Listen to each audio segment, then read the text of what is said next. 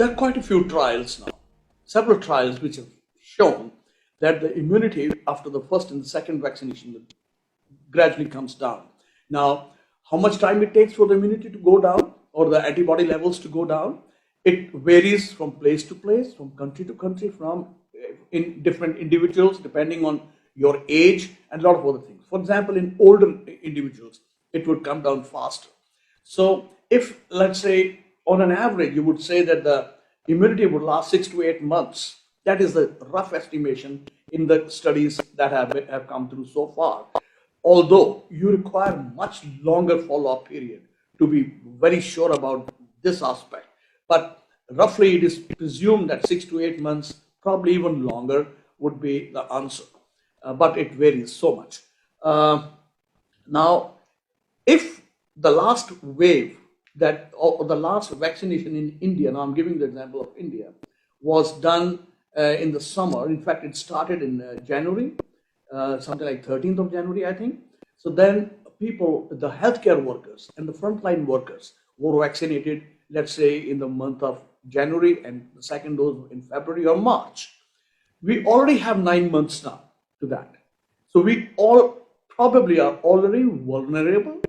Yes. But if we have had a COVID disease also in the meantime, and lots of us had, then we probably would have more augmented antibodies because we took subsequently the vaccinations also. So probably we are still a bit protected, but we are not sure about that. So first of all, we are not sure how much the T lymphocyte response would persist in the body. What we look at is only the antibody level, which may come down, but still it may come down on paper, but in vivo, in the body, the T lymphocytes may still be protected, and you certainly do not lose control of your immunity. So what I'm saying here is, now we in India, people are, after having got vaccinated in summer, they will be reaching a stage in the first quarter of 2022 that they will start to become vulnerable again. All right, if they have not yet done. Now, the tests, the studies so far done on, for example, mRNA vaccines like Pfizer, like Moderna, after having received the vaccine by AstraZeneca, there's a big study which is more respected in the UK, where they gave the booster with Pfizer, and then they studied the effect.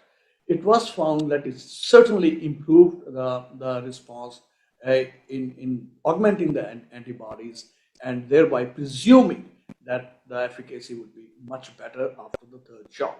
So even those countries where two Pfizer doses were given, the third booster by Pfizer again augmented the antibodies, which had dropped to something like 35%, back to 75% in case of Omicron, because the worry was that Omicron is evading the immunity by previous disease or by vaccinations.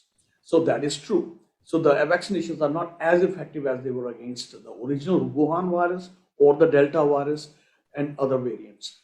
But certainly giving a third dose so far in all the trials have shown that the response is much better, and the risk for falling into a severe disease or death is significantly reduced.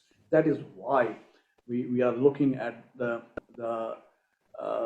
booster dose, or whatever you may call it, what the Indian government has decided to call it.